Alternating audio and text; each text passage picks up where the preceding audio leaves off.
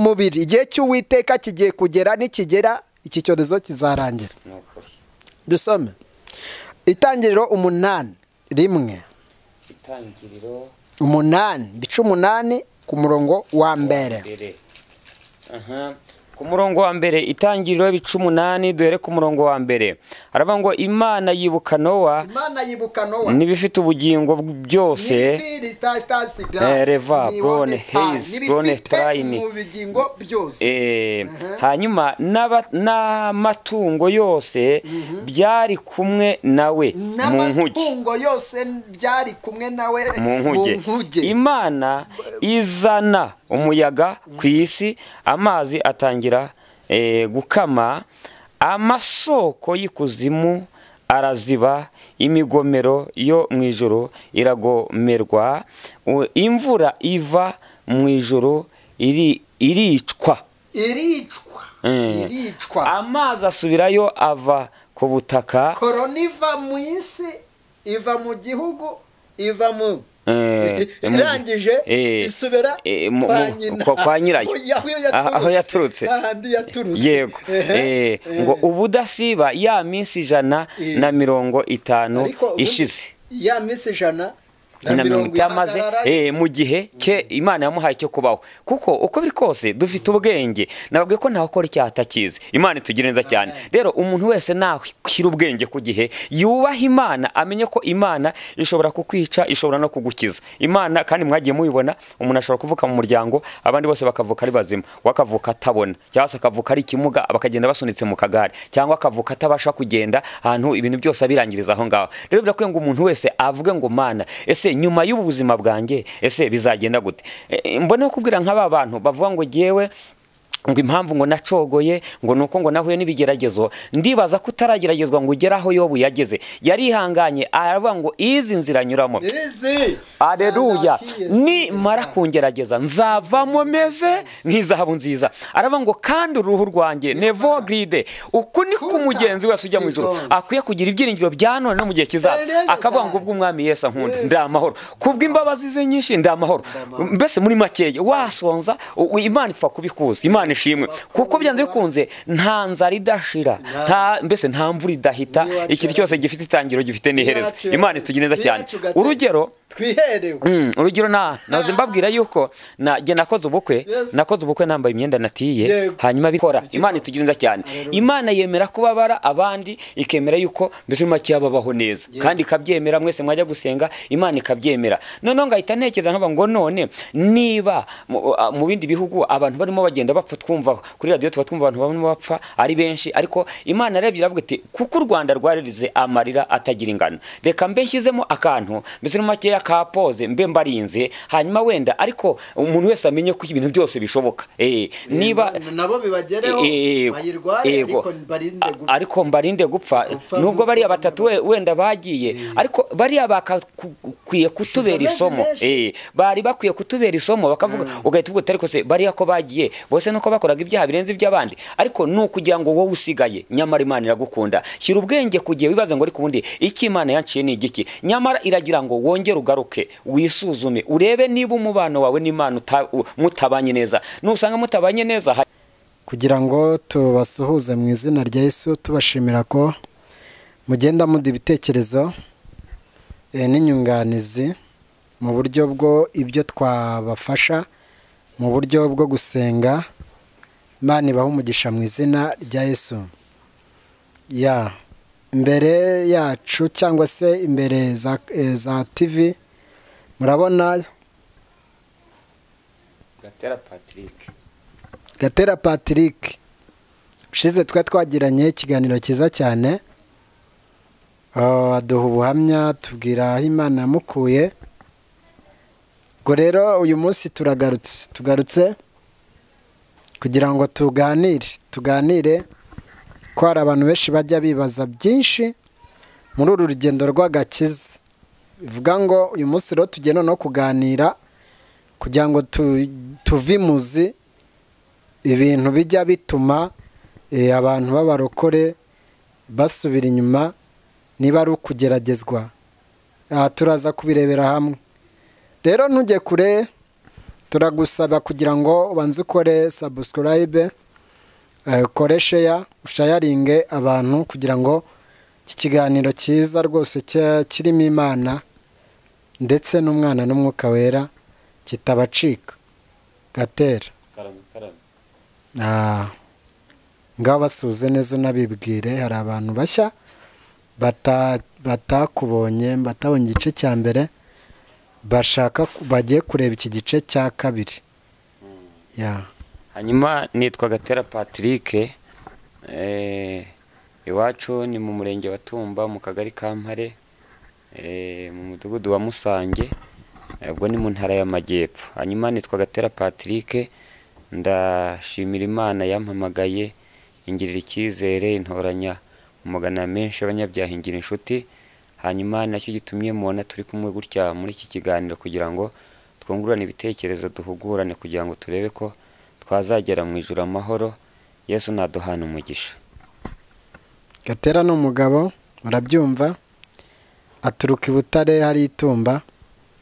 Natwe abantu bazi ubuhamya bwacu tujya tuvuga ko tuturuka i Butare. Gatera rero murabona ko turanasa. Turasa Gatera, turasa nuko ni ukuri koko. Uriya rero Imana yaraturemye, buri muntu afite n'uwo basa. Imana ishimwe kuko buriya ifite umugambi mwiza. Gate, impamvu dusa ni uko ukijijwe. Ibyo ni ukuri. Urakijijwe, nanjye ndakijijwe. Yego. Bakunze ba Karosi TV rero, Imana ibaha umugisha. Ni byiza cyane buriya iyo turi muri Yesu, dufite ubumwe, dufite Imana, ibintu biremera. Gatera, ubundi muri byose Imana ibaho. Imana ibaho. Mu bimenyetso bigaragaza ko Imana iriho nuko tuyibonera mu byo igenda ikora, hanyuma tukizezwa n'ijambo ryayo ko Imana iriho. Gatera, hari igihe umuntu agera mu bikomeye akibaza ngo se iyaba Imana iriho yakwemera ko umuntu ahura n'ibibazo? Bibaho kuko Bibiliya iravuga ngo abiringiye Uwiteka bameze nk'umusozi Siyoni utabasha kunyeganyezwa. Kandi hari indi jambo rivuga ngo igihe kimwe Yesu ari kumwe n'abigishwa be, hanyuma birangije baramubaza ngo se ngo uyu muntu ni ibyaha, uwo muntu yavutse yari impumyi. Hanyuma barangije baramubaza ngo ko tuzi uyu muntu yavutse ari impumyi, byatewe n'ibyaha bye cyangwa byatewe n'ibyaha by'ababyeyi biwe? Arangije aravuga ngo muri bose ntawakoze icyaha, ahubwo kwari kugira ngo imirimo y'Imana yerekanirwe muri we. Hanyuma kugeragezwa k'umuntu ntabwo bisobanura ko Imana itariho, cyangwa se ntibisobanura ko Imana imwanga, ahubwo bigaragaza gukomera kw'Imana.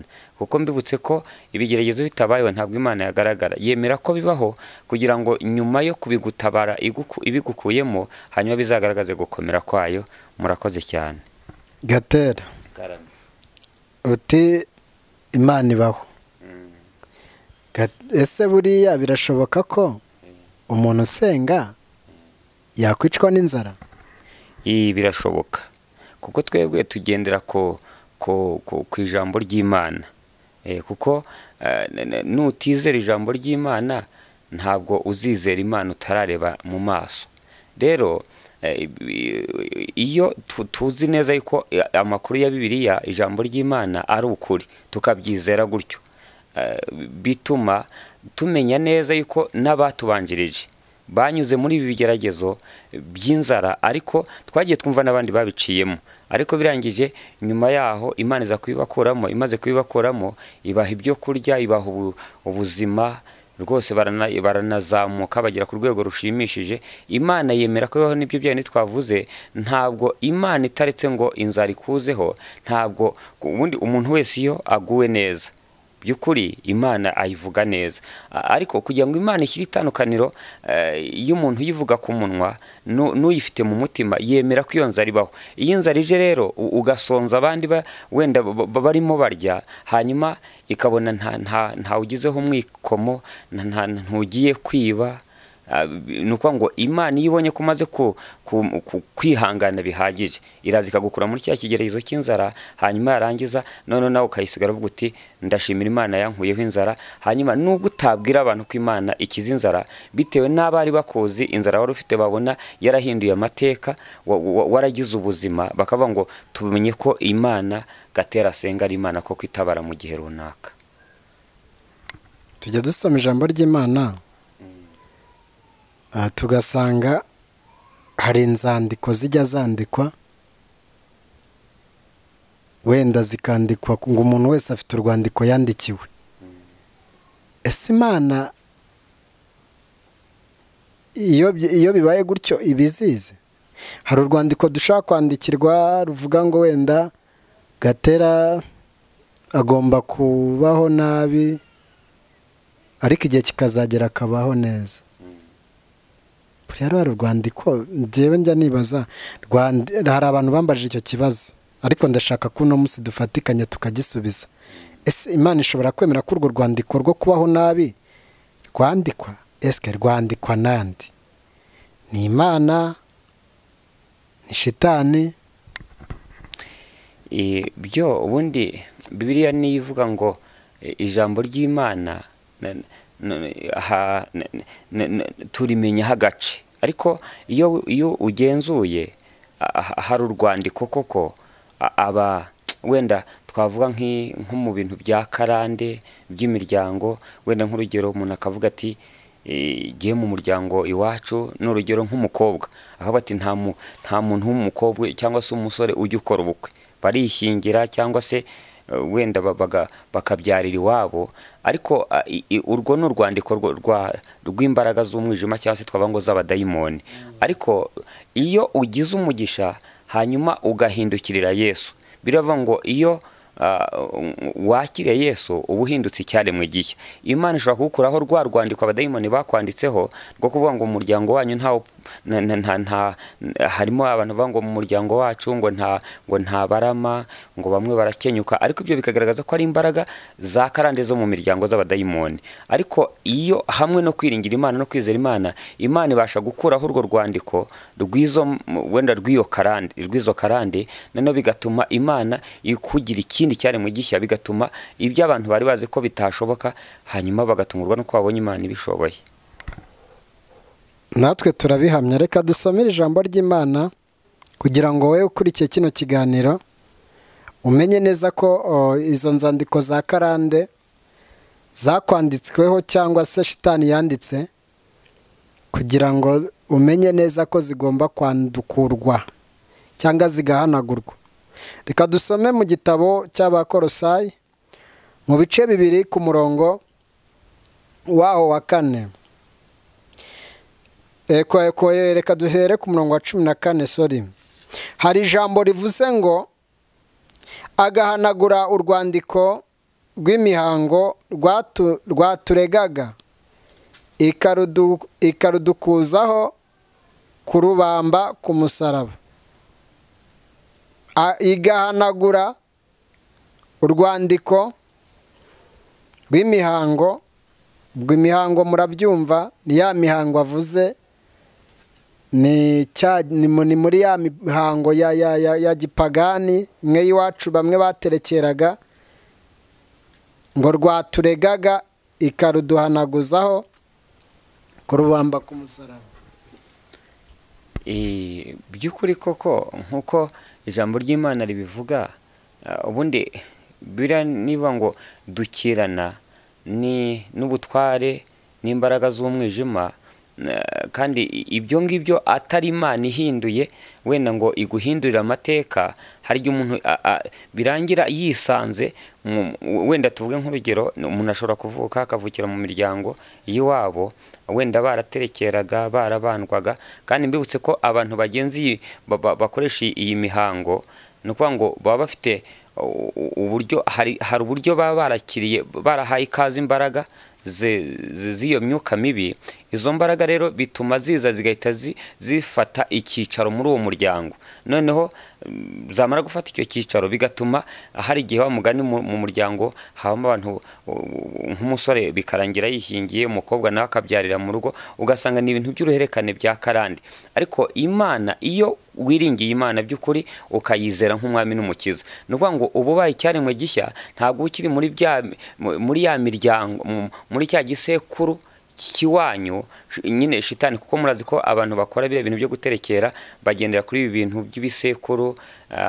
Ariko iyo uhindukiye ukakira Yesu bituma uba icyaremwe gishya, ntabwo uri kintu cya gisekuru cyo kugengwa cyangwa se kuyoborwa na za mbaraga z'umwijima, kuko hari izindi mbaraga. Hari ubundi, Imana ishimwe, hari the boss global metrine, hari ubundi bwami, ni ukuvuga ngo nta bwami bukorera mu bundi. Imana ishimwe. Ubu bwami rero bwa Kristo buraza bugahindura ubwami bwa shitani bwari bwarabasuye umuryango, hanyuma ubwami bwa shitani bugakuramo akabwo karenge, hanyuma ubwami bw'Imana bukinjira mu mutima wawe, hanyuma bigatuma uba ubaye icyaremwe gishya, bigatuma imbaraga abadayimoni barafite kuri uwo muryango, nyamara we wamaze kugera ku rwego rwo kurenga. Kuko iyo wakiriye Yesu, nabo abadayimoni mu ikoranabuhanga ryabo ntabwo baba bakikureba ngo bakubone. Imana nitugire neza cyane, murakoze cyane.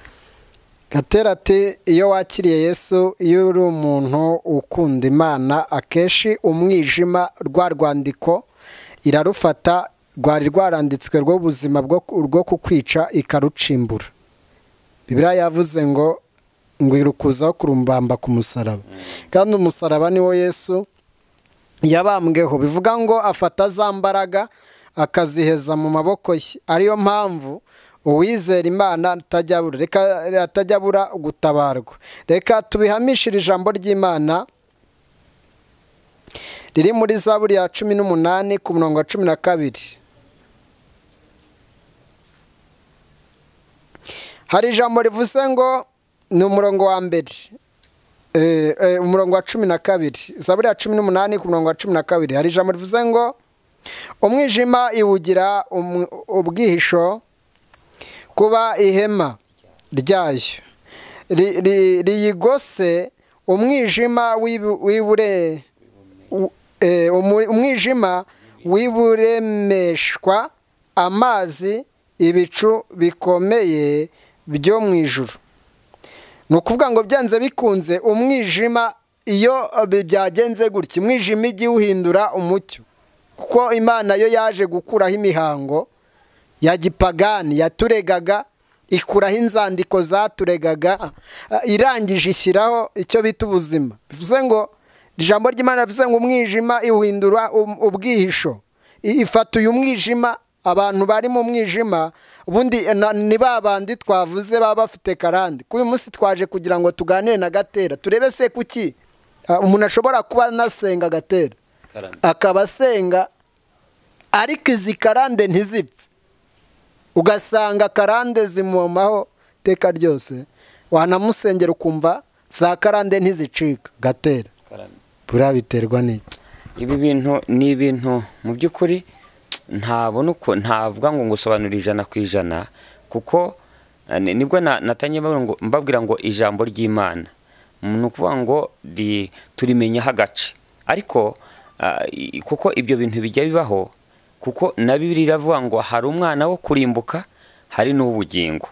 Wakwibaza ngo none se niba Imana koko itarobanura ku butoni, mu by'ukuri hakaba ivuga ngo hari umwana wo kurimbuka, hari n'ubugingo. Twavuga ngo rero ibintu Imana ikora ni ibintu biri mu buhanga bwayo, tutakwinjiramo cyane kugira ngo wenda kuko tubimenyaho agace. Kuko nibwo muribuka ko Yesu yigeze ari kumwe na, ngira ngo hari ijambo ry'Imana rivuga ngo Yesu ari kumwe n'abigishwa be, ngo hari ijambo yavuze ngo Yohana yahamije ibya Yesu, aravuga ngo mu gihe Yesu azabaje, ngo icyo gihe ngo ngo impumyi zizahumuka, ipfamatwi byumve, ngo ibirema bigende, ngo n'abakene bazagwirwa, ngo izakora ibitangaza. None ngo Yesu akimara kuza, hanyuma bituma Yohana bahita bamushyira mu nzu y'imbohe. Umunyururu umaze kumurya, arangije aravuga ati none se mu by'ukuri agira gushidikanya nk'umuntu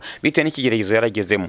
Aravuga ngo atuma abigishwa be, aravuga ati noneho Yohana yaratumye, arabwira ngo nimugende mumbarize niba ari wa wundi nahamije cyangwa tugomba gutegereza undi. Yesu ahita akora imirimo yihuse muri ako kanya, aravuga ngo ahita avuga ngo imbohe zirabohorwa, ibipfamatwi birumva, ibirema biragenda, n'abakene barabwirwa ubutumwa bwiza.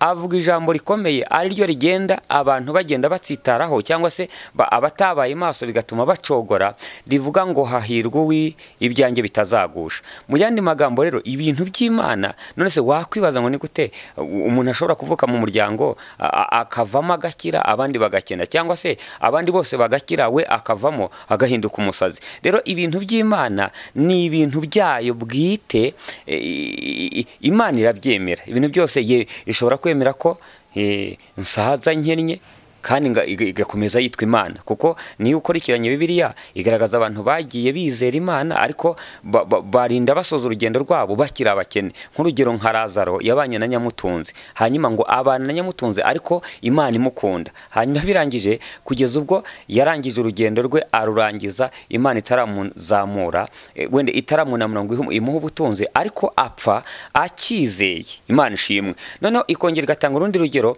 rw'umuntu ngira ngo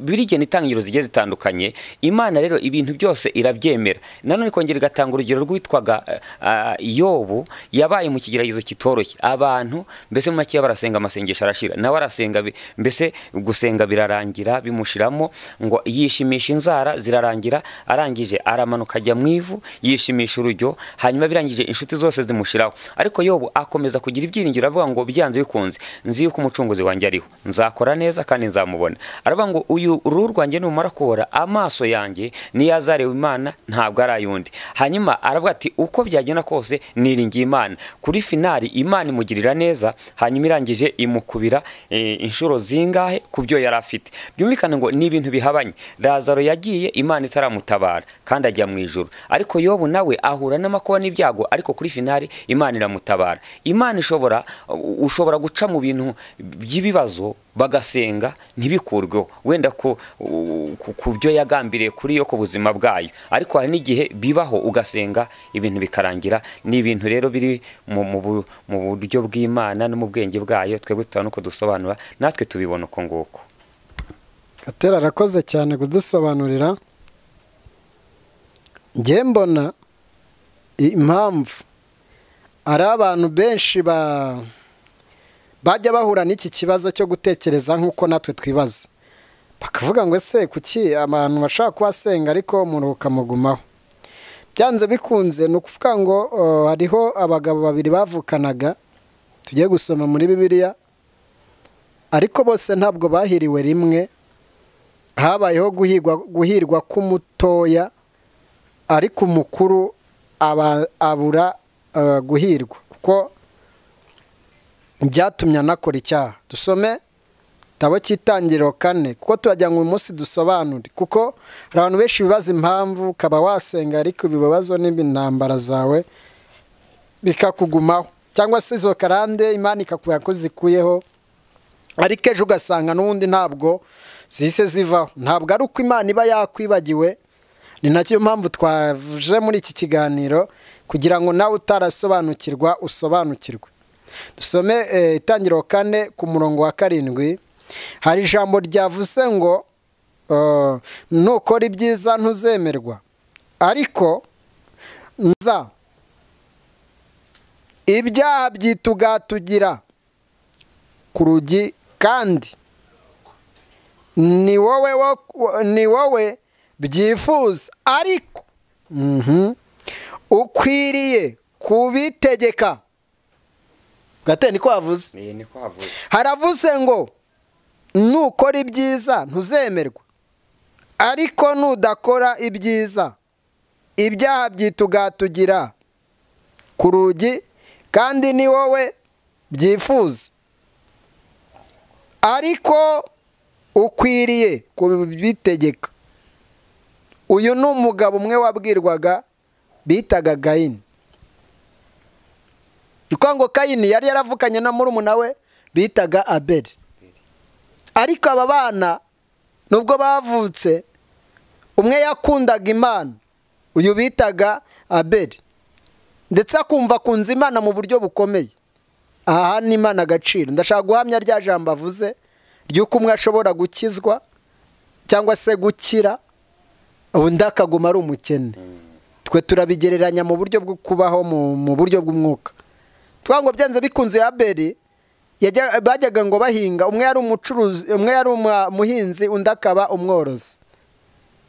Noneho uyu Abeli yari umworozi, akenda kubye nkeka, none akenda kuri ya mapfizi meza afite amaraso, ariko muri mukuru we ngo akagenda ngo akashaka injonjori, ibintu bidafatika imbere y'Imana, ngo bagatamba, umwe yatamba umwotsi wa murumuna we ukazamuka.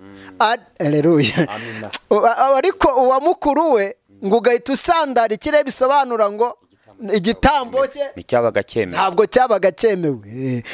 Rero ibyo bihita bifata icyo bita karande y'umuryango. Ako kanya icyaha gitangira kwitugatuga, ngo icyaha gitangira kuza, ubundi kate icyaha kinjira ukireba, kandi nta n'umuntu ukora icyaha atazi ko ari icyaha, ahubwo abura imbaraga zo kutagikora, kukinesha. Urumva, icyaha kiza ukireba, nta n'umuntu uyoberwa gukora ko akoze icyaha, ahubwo we abura imbaraga zo kugira ngo akineshe. Ariko ubundi icyaha cyo kiza umuntu akireba rwose, akagerageza no kugira ngo akirinde, ariko kikamurusha imbaraga bikarangira ashidutse yakiguyemo. Urumva, noneho birangije gatera, Imana ihita isa naho itangiye kuburira, kuko ntawe itaburira. Njya mbibona no ku bapagana ari Imana igutuma ku muntu, ugenda umuhanuzi. Ndi umuhanuzi n'impamvu uru rubuga cyangwa se iyi TV iriho, ntabwo ari ukugira ngo nunguke mbone inyungu, ahubwo no kugira ngo umurimo w'Imana ugende neza. Rero birangije, burya Imana ishaka inyungu. Rero yabonye nuko ngo Imana uri umupagani irakuburira, uri umukristo irakuburira. Niye yaravuze ngo nimutanavuga izakoresha n'abiti n'amabuye. Bivuga ngo gate, nubwo ndi umuhanuzi nawe ukabunde tutavuze ngo nubwo ndi umuhanuzi ukaba nawe undi muhanuzi, tutabashije guhanura n'ibiti n'amabuye byahanura. Kandi ijambo ry'Imana ravuga ngo yavuze ninde utahanura. Uko biri kose rero, umwe yaravuze aravuga ngo, ngira ngo n'umurimbyi yaririmbye aravuga ngo nubwo utabaza abantu n'amaradiyo azabikubwira. Ubu umuntu wese nta uyobewe ko icyaha kibaho, kandi wese kubyirengagiza babibona, n'Imana ntayobewe ko Imana ibaho. Kuko niba umuntu avuka akabona aravutse, wenda urugero ni ijambo ry'Imana ryo ritangaho urugero kavuga ngo uko utazi uko amagufa y'umwana akurira mu nda y'utwite ntumenye inzira y'umuyaga, ngo nuko utazi imirimo y'Imana uko ibigenza. Byumvikane ngo rero niba by'ukuri umwana agenda akajya mu nda, wenda ku bantu bazi uko umwana yinjira mu nda n'ukuntu wenda agera indi gatangira ari amazi kazagira igihe yirema, wakwibaza ngo none aya magufwa aturuka hehe? Noneho aha hantu rero niho harimo ubwenge bw'Imana n'igitangaza cy'Imana. None niba turimo tureba tukabona aho wahereye umenya ubwenge, iyo amazi ava ntashira n'iyajya ntiyuzura, ngo wakwibaza ngo none ibi bintu ubundi bigenda gute? Rero ibi biri mu bwenge bw'Imana bigaragaze ko Imana iriho. Mbona no ko wenda n'abantu batekereza ko Imana itabaho. Imana irahari, Imana ishimwe.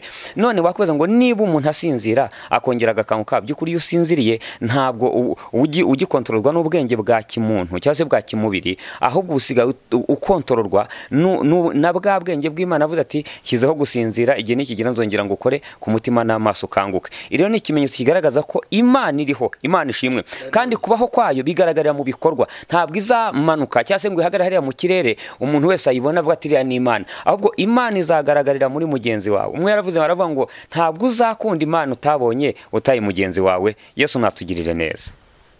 Gatera ati ntabwo uzakunda Imana utakunze mugenzi wawe. Rero aba bavandimwe dusomye bari abavandimwe mu ruhande rumwe bagaragazanyaga ko bakundana ariko baje gutandukanywa n'uko umwe ari umunyamugisha undi ari umunyamuvumo.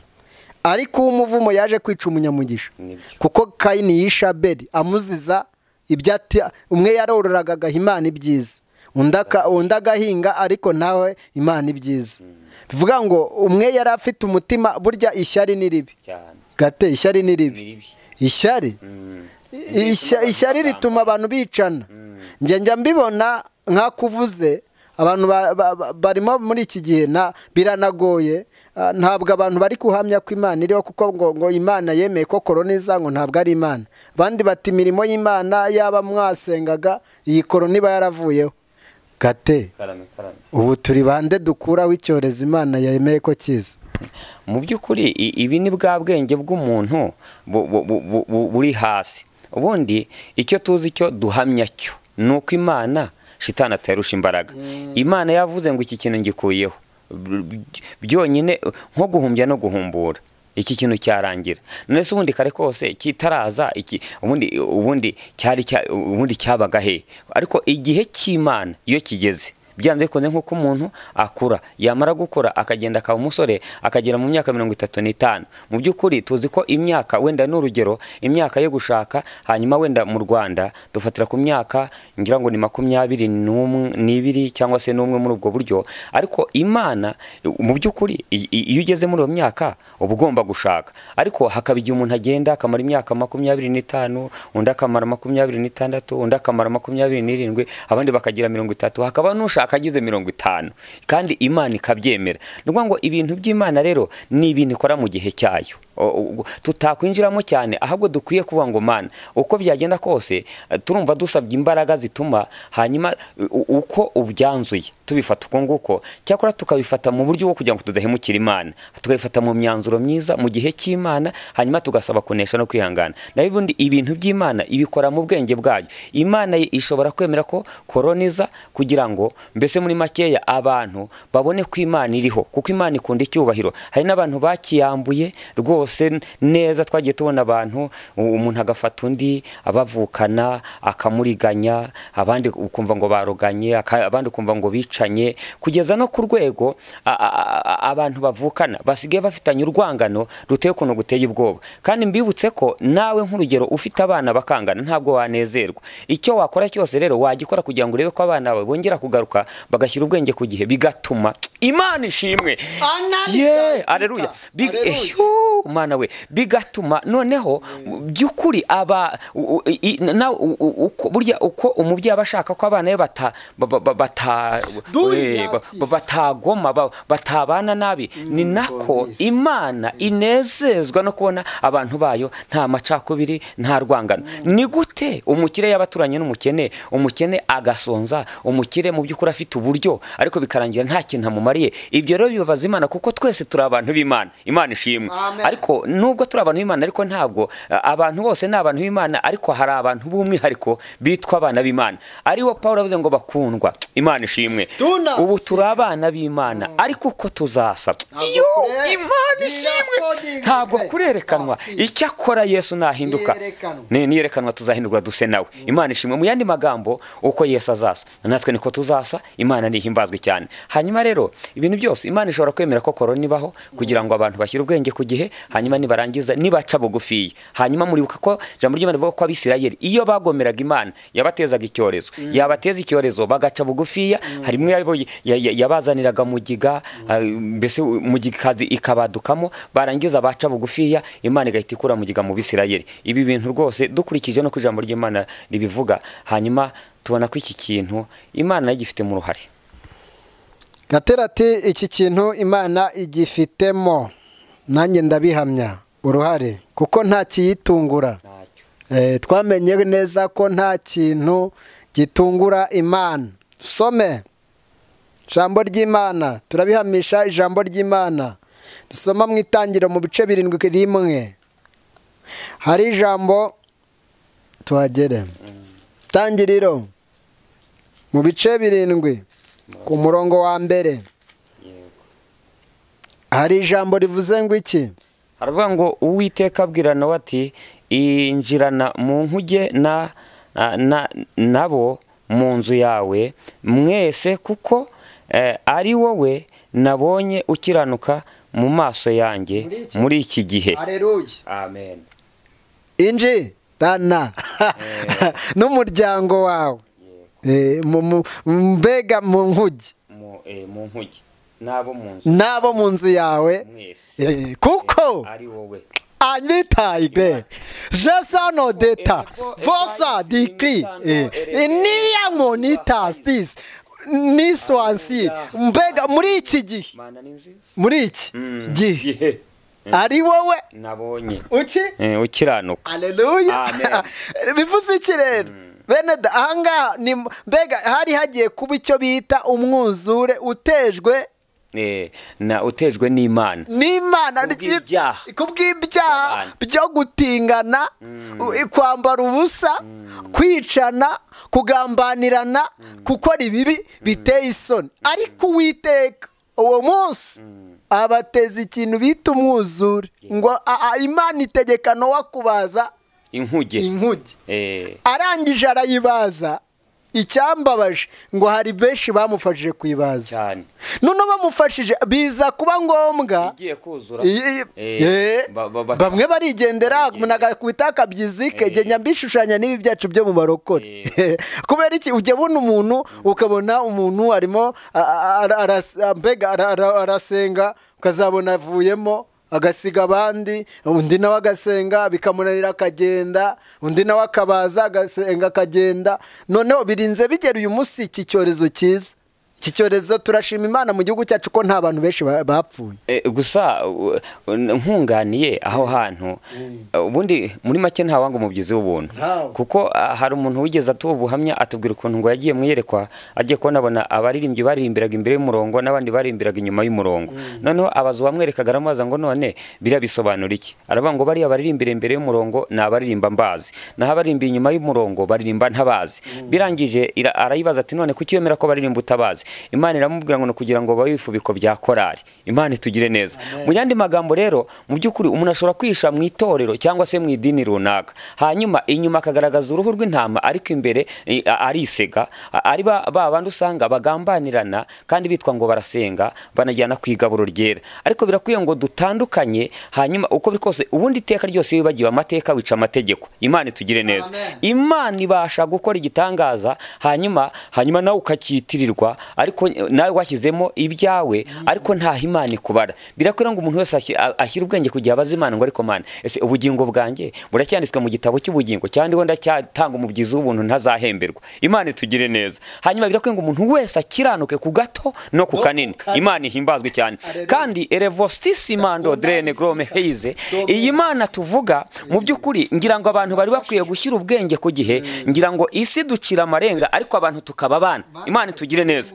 Mu by'ukuri wenda nk'urugero nk'iki kintu cyabaye mu isi, iki cyorezo cya COVID-19 kigaragaza ko abantu bumvaga ko ibintu mbese ari ibintu bisanzwe, abantu ko bati tuzarya twinywere, hanyuma abajya mu tubyiniro tugende tubyine, hanyuma runaka numva nkawe François numva nta kwiyumvamo, nkumva nagukorera ibi bitewe n'ubushobozi ngufiteho.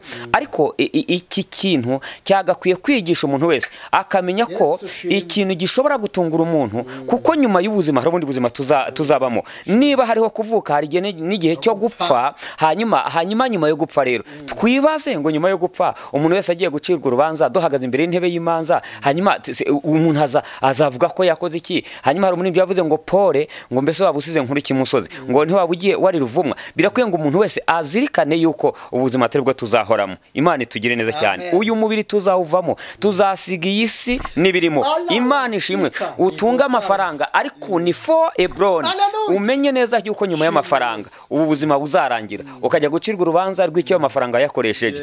Ubyara abana, hanyuma mbese wabyara bake, wabyara benshi, ariko umenye neza yuko imbere ya ntebe umuntu wese azabazwa icyo yamaze mu gihe cye Imana yamuhaye cyo kubaho. Kuko uko biri kose dufite ubwenge, nababwiye ko ntawe ukora icyaha atakizi. Imana itugire neza cyane. Rero umuntu wese nashyira ubwenge ku gihe, wese yubaha Imana amenye ko Imana ishobora kukwica, ishobora no kugukiza. Imana kandi mwagiye mubibona, umuntu ashobora kuvuka mu muryango abandi bose bakavuka ari bazima, wakavuka atabona cyangwa se akavuka ari ikimuga bakagenda basunitse mu kagare, cyangwa akavuka atabasha kugenda ahantu ibintu byose abirangiriza aho ngaho. Rero birakwiye ngo umuntu wese avuge ngo Mana, ese nyuma y'ubu buzima bwanjye ese bizagenda gute?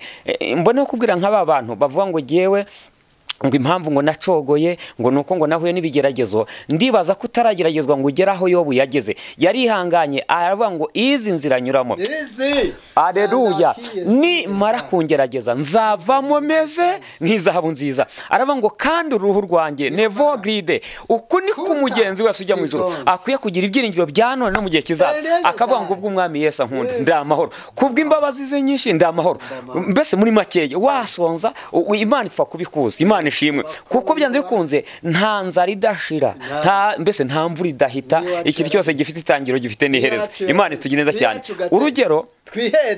Urugero naze mbabwira yuko najye nakoze ubukwe nambaye imyenda natiye, hanyuma birangije mu by'ukuri, ariko ubu mfite costume, byumvikane ngo kandi ntabwo nishingiye ngo nuko nabuze imyenda, kuko hari abantu bafata umwanzuro bagahita bishingira ngo nuko wenda ngo bagize ikibazo cy'ubukene. Hanyuma rero nkwibutse ko rero nitugera mu ijuru nta rubanza ruzabayo, uzagisa usanga ibyakunaniye hari abandi babishoboye. Biragusaba rero kuba maso, nanjye nkaba maso, muri makeya dushingiye kuri kavukire, hanyuma dushingiye mbese mu makeya, iyo tutagira Yesu nta wundi muntu wo kuzatwambika impeta. Iwacu nta muntu wigeze wambara impeta, Imana ishimwe, ariko turashimira Yesu. Iyo tubaye tuje muri Yesu tubaye icyaremwe gishya. Imana ihimbazwe cyane. Ibya kera biba bishize, Imana ihindura Imana ihindura amateka, bigatuma uko abantu bari bazi ko biteze ko soni zizagukora bikangira zitagukoze, kuko iyo twiringiye n'inyembaraga mu gihe cyashyizweho nta kinanira. Ishobora gushyira ikuzimu igakurayo, irakenesha igakenura, irakwanika ikakwanura. Imana ihimbazwe cyane. Niyo abantu bagize uruhare kugira ngo bakwanure, itarakwanura bakwanura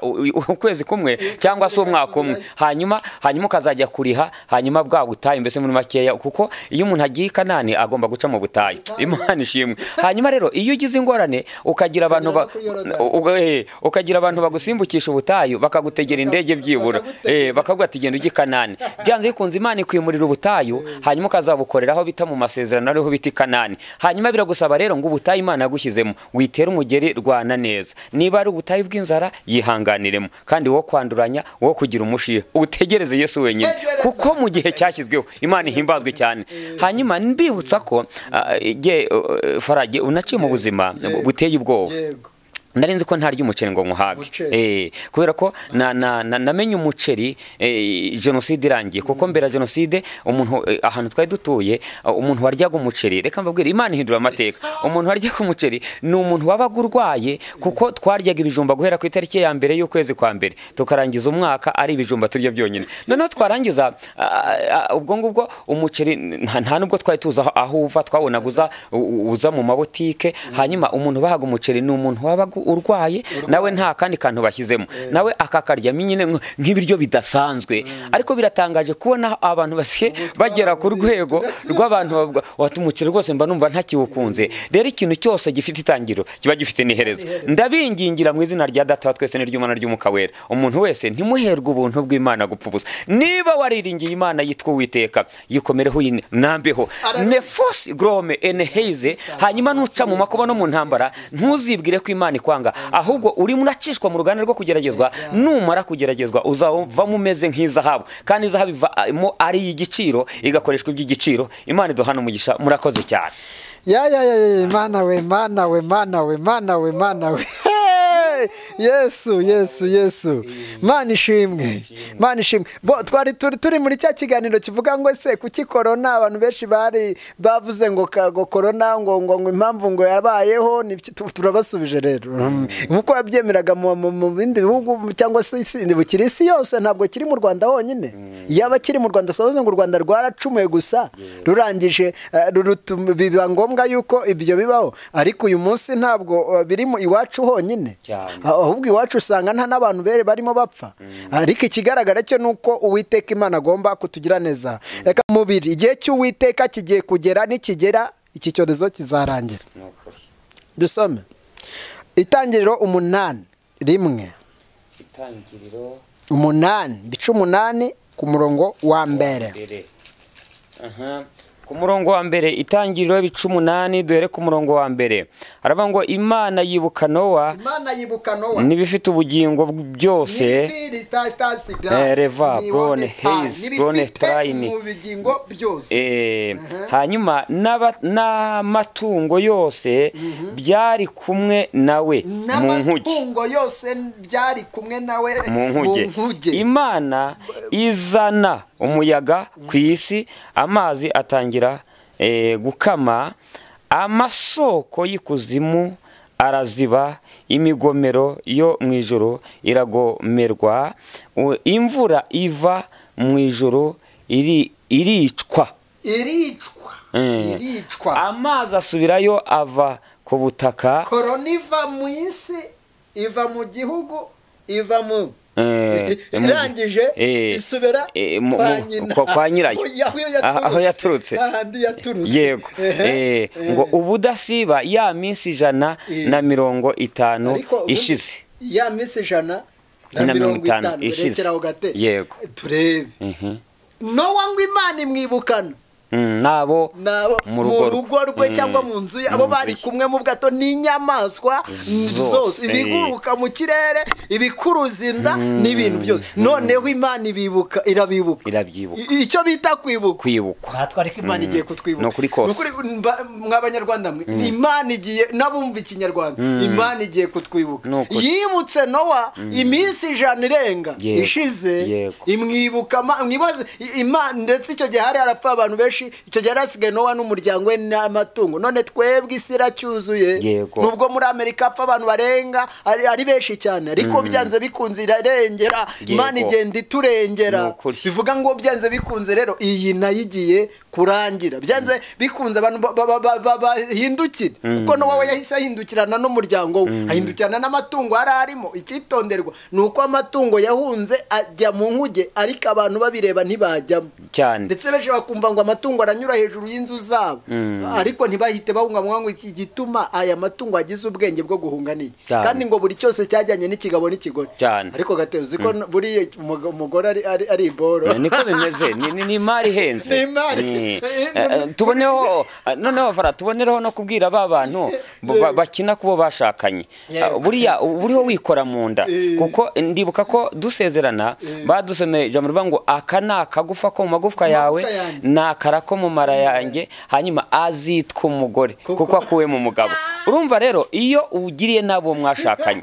wenda nk'urugero harimo usanga nk'abantu b'abagabo bagira nabo abagore babo hanyuma no kuvuga ngo abayangije urubavu rwe abayangije amara yiwe abayikoze mu nda mu yandi magambo birakwiye rero ngo ubundi wenda nk'urugero ubundi birakwiye kujya umuntu wese asobanukirwa Imana nyakuri ikibazo abantu bagira usanga abantu benshi biga Imana yo mu nyuguti ariko ntibayitunge mu mitima birakwiye ngo abantu rero bakura Imana mu nyuguti hanyuma bayitunge mu mitima ye gusome Bibiliya ikwibutse ariko nyirizina hanyuma igende mu mitima uzasanga hari abantu benshi wenda nko muri corona twagiye twumva abantu basengaga barangije hanyuma baragwa ngo insengero ngo bazifunze ariko ku insengero z'amatafari zifunzwe ntibisobanura ngo insengero z'umutima urusengero nyakuri Imana ireba buriya zira z'amatafari ni ihuriro abantu bahuriramo kugira ngo bibukiranye ku by'uru rugendo ariko urusengero nyakuri ni urwo mu mutima Imana ishimwe kandi mu yandi magambo birakwiye ngo umuntu wese yihanga amaso iki cyorezo cya covid ngo kimuce intege ahubwo niyibaze ngo ubundi ese covid iramutse ikantwara nyuma yo kugenda ubundi najya he nagenda ndinde hanyuma niba Imana yeremeye ko byose bibaho ibintu byose Imana ibikora mu gihe cyayo wenda ko byose bitugeraho mu by'ukuri wenda nk'urugero wenda nk'abanyarwanda wenda batwumva muzi neza wenda nk'ibintu byabaye mu Rwanda mu gihe gishize niyo mpamvu Imana dukwiye kwiga Imana kwikora ibyo ishatse mu gihe cyayo nuko ngo igihe cyarabaye byabaye murabizi amahano yabaye mu Rwanda murayazi nanjye aya mahano yangezeho kuko yego kuko wenda turo tuvuga no kunguko nige wasigaye mu nda ya papa na mama uretse ko ari abandi twavukanaga twari dusangiye papa wenda basigaye ari nka ngira ngo ni nka batatu ngira ngo nibo basigaye ariko mu nda ya papa na mama twari nk'abantu nka batanu ariko n'igihe wasigaye jyenyine ariko noneho najyaga nibaza ngo ariko kuki Imana jewe wampoye iki kuki abo twavukanaga bagiye mbese numva Imana irahemuka ariko nyifata kwihemuka nayo ntarayimenya maze kuyimenya menya ko igira icyo yitumye kandi icyo umutima wayikunze nikikora Imana itugirinza cyane Imana yemera kubabara abandi ikemera yuko mbese make babaho neza kandi ikabyemera mwese mwajya gusenga Imana ikabyemera noneho ngahita ntekereza nkaba ngo none niba mu bindi bihugu abantu barimo bagenda bapfa twumva kuri radio tuba twumva abantu barimo bapfa ari benshi ariko Imana yarebye iravuga iti kuko u Rwanda rwaririze amarira atagira ingano reka mbe nshyizemo akantu mbese make yakapoze mbe mbarinze hanyuma wenda ariko umuntu wese amenye ko ibintu byose bishoboka niba nabo bibagereho bayirware ariko mbarinde gupfa nubwo bari batatu wenda bagiye ariko bari bakakwiye kutubera isomo bari bakwiye kutubera isomo bakavuga ugahita ubwo ariko se bari ko bagiye bose nuko bakoraga ibyaha birenze iby'abandi ariko nukugira ngo wowe usigaye nyamara Imana iragukunda shyira ubwenge kugiye wibaza ngo ariko ubundi iki Imana yanciye ni igiki nyamara iragira ngo wongere ugaruke wisuzume urebe niba umubano wawe n'Imana mutabanye neza nusanga mutabanye neza hanyuma ukure mu rwo rusika rwagutandukanyaga nayo nusanga umubano wawe ari mwiza hagati yawe n'Imana wongere Imana ishimwe cyane Yesu abaho umugisha murakoze ya Mana we ndagushimiye rero bakunzi ba Karo Steve kora subscribe turakwibutsa kugira ngo iki kiganiro kiraryoshye ndumva nujujwe ni ukuri kose ndumva ndi mu mwuka nguhanurire mu izina rya Yesu turagushimiye rero wowe twabanye muri iki kiganiro Gate karame nukuri numvaga bitarangira nukuri oya nibyo niko biri kandi nanjye mbona kubwira abantu wenda baduteza amatwi birashoboka ko wategera mu ikorosi bakanga guhagarara ariko muri gare bakakwinginga kuko ubundi giye ngenda ndeba ibintu bikagenda binyigisha ntabwo ushobora gutegera imodoka mu ikorosi ngo bahagarare ariko iyo ugeze muri gare baza bagutanguranwa muri make rero ikintu cyose gifite itangiro gifite n'iherezo Imana ihimbazwe rero wikuka umutima wihagarika umutima ubwira Imana ngo giye ko nkennye abandi kize igihe cye buri muntu wese kuri kalendari Imana agira samudi yiwe Imana ishimwe rero ni muhumure mwebwe mutegereze Imana kandi mwitegereze nizatwomora mbese muri makeya yaducishije mu butayu nizatugeze Kanani hanyuma rero ni muhumure kandi umuntu wese yubaha Imana ku gato no ku kanini icyo nabifu haleluya Imana then force grow ene mahizi ni matrome ene oigre Imana ishimwe niba bari bafite umugambi hanyuma agiye nshaka ntabwo bagiraje uburyo bwo kuturoga kugira tutabyara ariko birangira Imana iduhaye indahekana uwa mbere yacukiye amezi 9 uwa kabiri acukira umwaka n'igice uwa gatatu acukira imyaka 2 n'uwa kane hanyuma ngira ngo uwa gatanu wa amaze imyaka ngira ngo 4 kandi nta wundi turongera kubyara nta nuwo madama twise mbese muri makeya Imana rero Imana yararinganije Imana ifite uburyo rero iyo wiringiye Imana rega Imana iratuzi Imana izi aho yakora ikagutabara hanyuma nibitarana gutabara ihanganira muri se nutihanganura akora iki hanyuma mbifurije kwihangana mu izina rya Yesu murakoze Imana ibahe umugisha